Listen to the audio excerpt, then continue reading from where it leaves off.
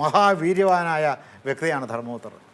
പൊതുവെ നമ്മുടെ ആളുകൾ ധരിച്ചു വച്ചിരിക്കുന്നത് പോലെ സാധാരണ നിലയിലുള്ള ആളോ, വെറും ഭീരുവോ, ധൈര്യമില്ലാത്ത ആളോ, പ്രശ്നങ്ങളെ നേരിടാത്ത ആളോ അല്ല. ധർമ്മത്തെക്കുറിച്ച് ആലോചിക്കാതെയും ധർമാധർമ്മ നിർണയം ചെയ്യാതെയും ധർമാധർമ്മ വിവേചനം ചെയ്യാതെയും അദ്ദേഹം ഒരിക്കലും പ്രവർത്തിക്കാൻ സന്നദ്ധനല്ല.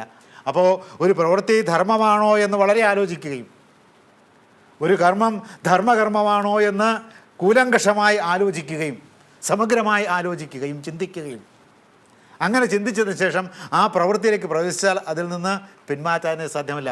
ഒരു താക്കീത് ദുര്യോധനന് കൊടുക്കുന്നുണ്ട് അദ്ദേഹം കൃഷ്ണൻ ദൗത്യത്തിന് പോകുമ്പോൾ.